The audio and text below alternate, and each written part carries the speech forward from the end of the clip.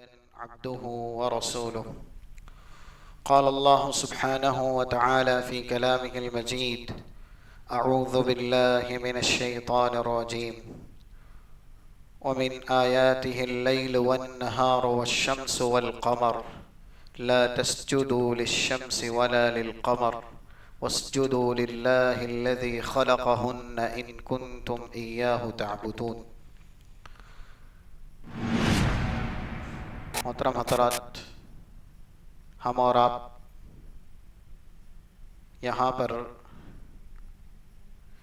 جس شرعی مقصد کے لیے یعنی صلاۃ الخسوف سورج گرہن کی نماز ادا کرنے کے لیے اور اس کے تعلق سے کچھ وعظ و نصیحت سماعت کرنے کے لیے اکٹھا ہوئے ہیں، یہ سورج سائنسی تحقیق کے مطابق بھی اللہ کی سب سے بڑی مخلوقات میں سے ایک مخلوق ہے۔ ہم اور آپ جس دنیا میں رہتے ہیں، اس جہاں سے اور اس دنیا سے کئی گنا بڑا یہ سورج ہے، اور دیکھیے اس کی روشنی پر گرہن کا آنا یا ایسے ہی اس کی روشنی کو سلب کر لیا جانا، یہ ہم اور آپ کے لیے باعث عبرت اور نصیحت اس معنی میں ہے کہ انسان یا کوئی بھی مخلوق کتنی بھی بڑی کیوں نہ ہو، کتنی بھی طاقتور کیوں نہ ہو اور کتنی بھی قدرت یافتہ کیوں نہ ہو، رب العالمین چاہے گا تو اس کے اوپر موت طاری کرے گا، اللہ چاہے گا تو اس کو مٹائے گا اور اس کو فنا کرے گا۔ ایک انسان نہیں، یہ پورا جہاں جس میں انسان، چرند پرند اور بے شمار لا تعداد مخلوق ہے، ان تمام سے زیادہ ایک مخلوق یہ سورج بہت بڑی مخلوق ہے۔ جب اللہ اس کا نور چھین سکتا ہے اور اس کے نور کو بجھا سکتا ہے تو پھر ہم اور آپ کیا ہیں، جو بھی کبر و نخوت کی چادر زیب تن کر کے، جو کچھ اللہ کی طرف سے دی گئی نعمت اس پر ناز کر کے اس زمین پر متکبر بنے پھرتے ہیں، ان کے لیے اس مخلوق پر یہ آثار طاری ہونے میں بہت بڑی نصیحت اور عبرت ہے۔ سب سے پہلے یہ جو آثار رب العالمین کی طرف سے طاری کیے جاتے ہیں، یہ نشانات دکھائے جاتے ہیں، اس میں ہم اور آپ کی موت کی تیاری ہے۔ دنیا کی ہر مخلوق جس کو اللہ ہی نے پیدا کیا ہے، ایک نہ ایک دن مٹا دی جائے گی، فنا کر دی جائے گی، کوئی بھی اس دنیا کے اندر باقی نہیں رہے گا۔ تو سورج کی روشنی پر گرہن لگنا یعنی عارضی طور پر سورج کی روشنی کو سلب کر لیا جانا، چھین لیا جانا، اس میں ہم اور آپ جو کہ صرف کچھ انچ ہے، کچھ فوٹ ہے، اس میں اپنی موت اور اپنے فنا ہونے، تباہ ہونے اور مٹائے جانے کی یاد دہانی ہے۔ اور دیکھیں، یہ مخلوق کا بہت گہرا رشتہ ہے ہماری شریعت سے یا شریعت میں موجود کچھ عبادات سے۔ آپ دیکھیں، نمازوں کو اللہ نے سورج کے ساتھ بیان کیا ہے۔ کیا قرآن کریم میں یہ آیتیں موجود نہیں؟ کسی جگہ 130 نمبر کے حوالے سے سورہ طٰہٰ میں کہا گیا: فاصبر علی ما یقولون وسبح بحمد ربک قبل طلوع الشمس وقبل غروبها۔ اے نبی صلی اللہ علیہ وسلم، جو اذیت، جو تکلیف آپ کو دین کی سربلندی، دین کی تبلیغ اور دین کی تنشیر کے لیے دی جا رہی ہے ظالمین، مجرمین اور معاندین کی طرف سے، اس کے اوپر آپ صبر کیجئے۔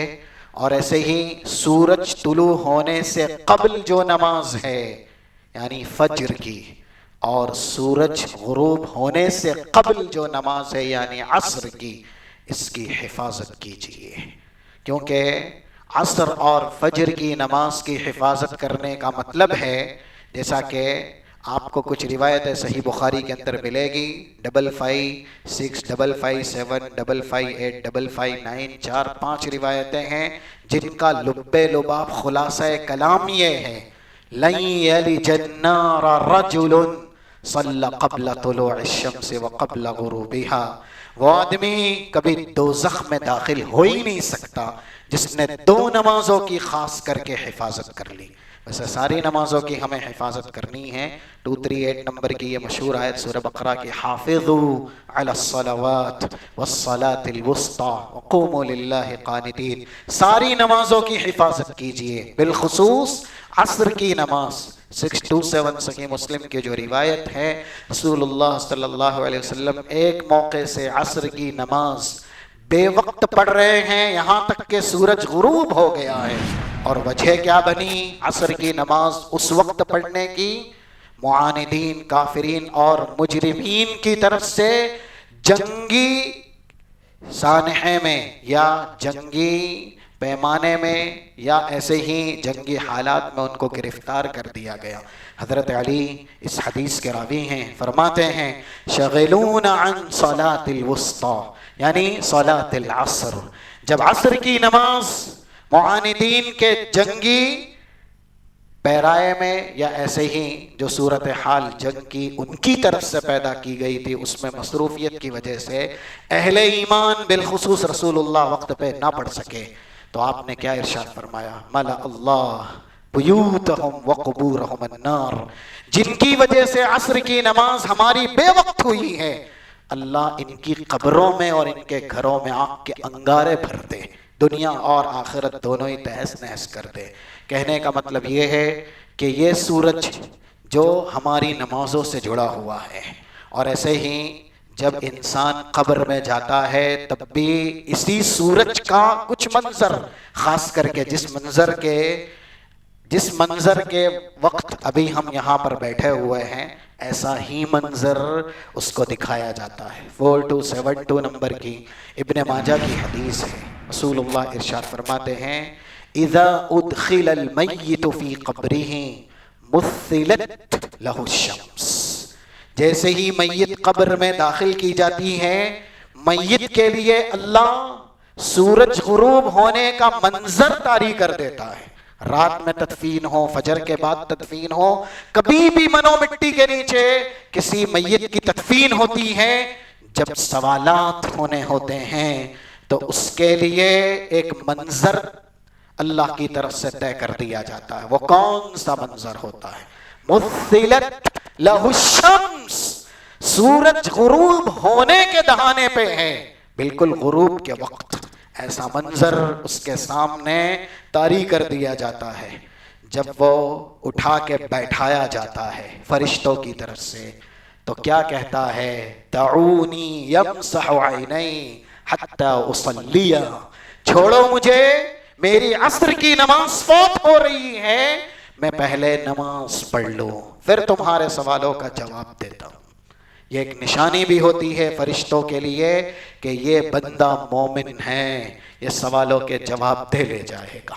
قبر میں بھی اس بڑی مخلوق کو ہمارے ساتھ جوڑ دیا گیا، اور یہاں تک کہ 3340 نمبر کی صحیح بخاری کی ایک بڑی حدیث ہے، میدان محشر میں بھی یہ مخلوق ساتھ میں رہے گی، اور اس کا ذکر موجود ہے، وَتَدْنُو الشَّمْسِ، 1 میل کے فاصلے پر سورج ہوگا۔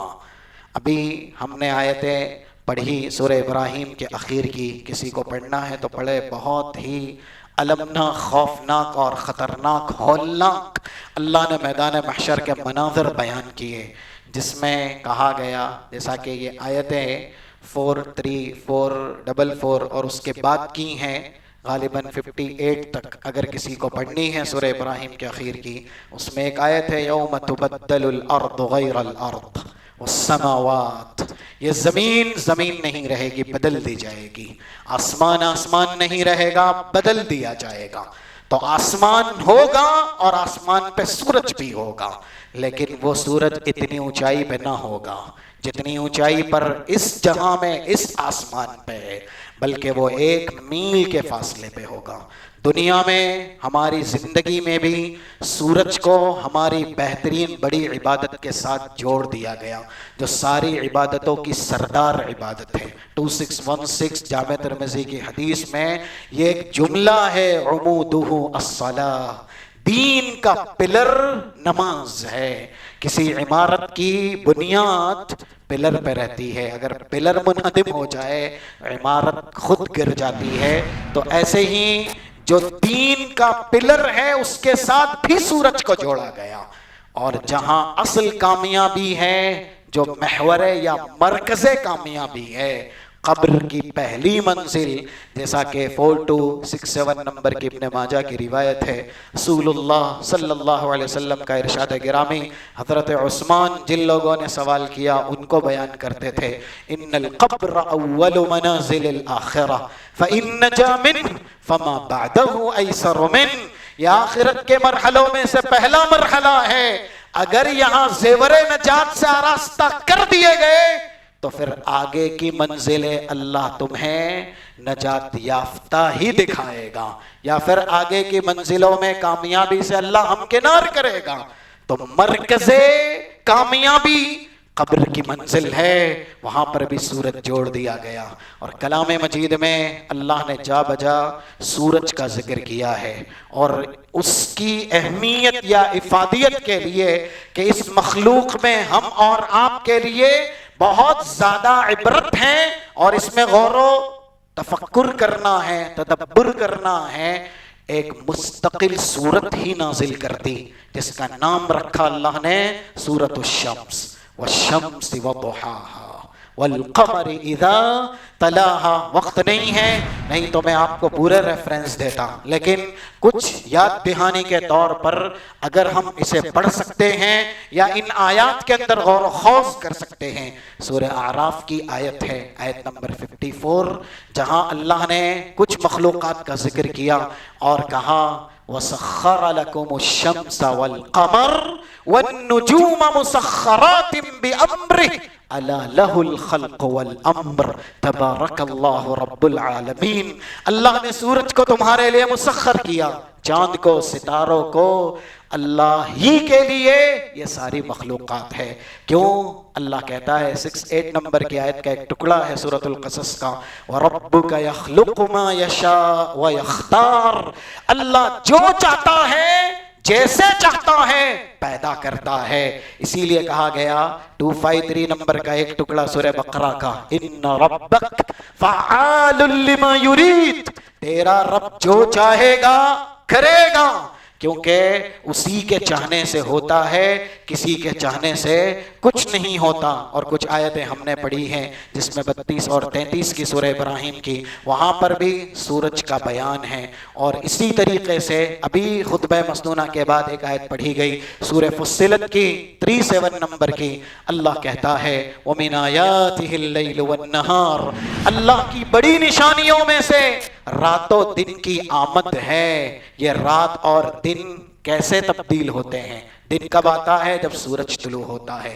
رات کب آتی ہے؟ جب سورج غروب ہو جاتا ہے۔ وَمِنْ آیَاتِهِ اللَّيْلُ وَالنَّهَارُ وَالشَّمْسُ وَالْقَمَرُ، اللہ کی بڑی نشانیوں میں سے سورج بھی ہے، چاند بھی ہے۔ اور یہ بھی کہہ دیا گیا کہ یہ کتنے ہی بڑی مخلوق کیوں نہ ہو، یہ مخلوق ہی ہے اور کسی خالق ہی کے تابع ہے جس کا نام رب العالمین ہے۔ کہا گیا لا تسجدوا للشمس ولا للقمر، سورج کتنا ہی بڑا کیوں نہ ہے لیکن اس کو سجدہ زیب نہیں، اسے سجدہ نہیں کیا جا سکتا، چاند کو سجدہ نہیں کیا جا سکتا۔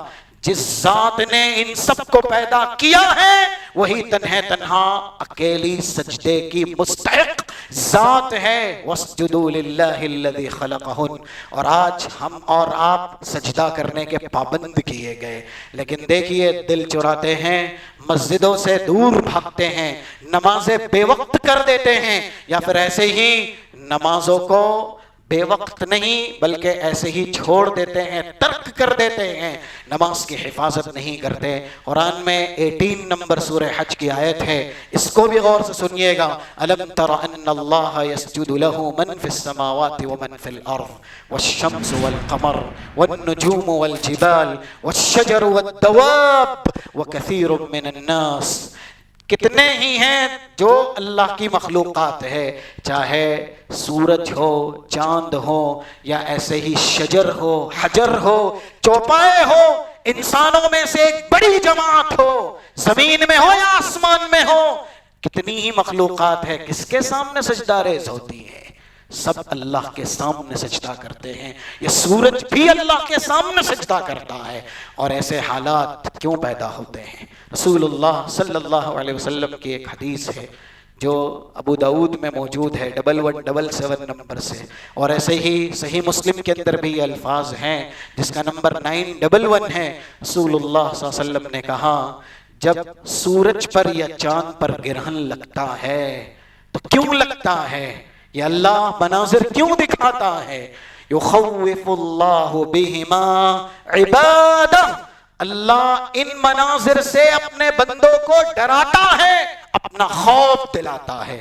اور یہ بھی احسان ہے اللہ کا، اگر اللہ ہم کو نہ ڈرائے یا ایسے ہی متنبہ نہ کرے، ٹھوکریں نہ لگوائے، تو پھر ہم کو کبھی احساس تک نہ ہو کہ ہم جرائم کے مرتکب ہیں، ہم گناہ کی چادر زیب تن کیے ہوئے ہیں۔ یہ اللہ کا احسان ہے کہ اللہ نے اس طرح کے مناظر طاری کر کے ہمارے ایمان کو تر و تازہ کیا ہے۔ اگر اس طرح کے مناظر دیکھ لیے جانے کے بعد بھی ایک انسان اللہ سے نہیں ڈرتا تو پھر اس میں ایمان نام کی کوئی چیز نہیں ہے۔ اسی لیے حدیث میں کہا گیا کہ یہ مناظر چاہے چاند پر گرہن لگے یا سورج پر گرہن لگے، یخوف اللہ بہما عبادہ، اللہ اپنے بندوں کو اپنا ڈر اختیار کرنے کی تاکید کرتا ہے۔ اور قرآن میں دیکھیں کسی جگہ اللہ نے کہا سورہ زمر کے آیت نمبر 16 میں، لَهُم مِّن فَوْقِهِمْ ظُلَلٌ مِّنَ النَّارِ وَمِن تَحْتِهِمْ ظُلَلٌ ذَلِكَ يُخَوِّفُ اللَّهُ بِهِ عِبَادَهُ يَا عِبَادِ فَاتَّقُونِ۔ دوزخ کیسی جگہ ہے؟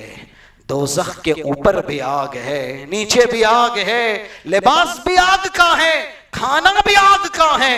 اور دیکھیے جس کھانے کو دوزخیوں کا کھانا بتلایا گیا، 43 سے 48 نمبر کی یہ سورہ دخان کی آیتیں ہیں، ان شجرۃ الزقوم طعام الاثیم، 5250 نمبر کی صحیح الجامع کی ایک روایت ہے، رسول اللہ صلی اللہ علیہ وسلم ارشاد فرماتے ہیں، لو ان قطرۃ من زقوم قطرت فی الدنیا، اگر دنیا کے اندر زقوم کا ایک قطرہ جو دوزخیوں کا کھانا ہے، وہ پورا کھانا نہیں، ایک قطرہ دنیا میں بہا دیا جائے تو رہتی دنیا تک کے لیے کھانے کی جو چیزیں ہیں وہ فساد یافتہ ہو جائے گی، بگڑ جائے گی، سڑ جائے گی، وہ چیزیں رہ نہیں سکے گی۔ فَكَيْفَ بِمَنْ تَكُونُ طَعَامُهُ، رسول اللہ کہتے ہیں ایک قطرہ اتنا خطرناک ہے کہ پوری دنیا کی غذا کو ہمیشہ کے لیے برباد کر سکتا ہے، تہس نہس کر سکتا ہے، تو پھر جس کا یہ کھانا ہوگا وہ کیسے بچ سکے گا؟ اس لیے دوزخ سے ہم اور آپ کو پناہ مانگنی چاہیے۔ قرآن میں اللہ نے دوزخ کا ذکر کرتے ہوئے کیوں ذکر کیا گیا؟ دوزخ کے عذاب کو بار بار مختلف پیرائے اسلوب میں کیوں بیان کیا گیا؟ یخوف اللہ بہ عبادہ، اللہ اپنے بندوں کو اپنا ڈر دل میں بسانے، دل میں قائم کرنے کی تاکید کرتا ہے۔ یا عباد فاتقون، اے میرے بندو اگر واقعی میری عبادت کرنے والے ہو تو پھر تقوی شعار بنو، میرا ڈر اختیار کرو۔ ایک حدیث ہے جو کہ سلسلہ صحیحہ کے اندر ذکر کی گئی 742 نمبر کی، رسول اللہ ارشاد فرماتے ہیں، اللہ کہتا ہے میں میرے بندے پر 2 خوف اور 2 امن طاری نہیں کرتا۔ کسی بھی بندے کے لیے 2 خوف جمع نہیں ہوتے اور 2 امن جمع نہیں ہوتے۔ کیا کہا گیا؟ اذا خافنی فی الدنیا امنتہ یوم القیامہ، بندہ دنیا میں اگر میرا ڈر اختیار کرتا رہے گا قیامت کے دن سب سے زیادہ مامون ہوگا، اس کے لیے کوئی ڈر نہیں، لا خوف علیہم ولا هم یحزنون، اس کی فہرست میں وہ شامل کر دیا جائے گا۔ لیکن اگر دنیا میں اذا امننی فی الدنیا اخفتہ یوم القیامہ، دنیا کے اندر اگر وہ میرے عذاب سے نہیں ڈرے گا تو پھر میں اسے میدان محشر میں ڈراؤں گا۔ یہ چیزیں، یہ مناظر ہم اور آپ کی ایمانی کیفیت کو بہرور کرنے یا ایسے ہی ایمانی کیفیت کو اجاگر کرنے اور ایمانی کیفیت کو بڑھانے کے لیے اللہ کی طرف سے طاری کیے جاتے ہیں۔ ہمیں اس طرح کے مناظر سے جو شرعی عبرتیں ہیں، نصیحتیں ہیں، اسے حاصل کرنا چاہیے۔ رب العالمین ہمیں قرآن اور حدیث کی باتیں سننے، سمجھنے، عمل کرنے اور حسب استطاعت دوسروں تک پہنچانے کی توفیق عنایت فرمائے، اور ایسے ہی اس طرح کے مناظر کی جو بھی شرعی عبرتیں ہیں، نصیحتیں ہیں، اللہ وہ ہمیں سیکھنے، سمجھنے اور ایسے ہی حسب استطاعت دوسروں تک پہنچانے کی توفیق عنایت فرمائے۔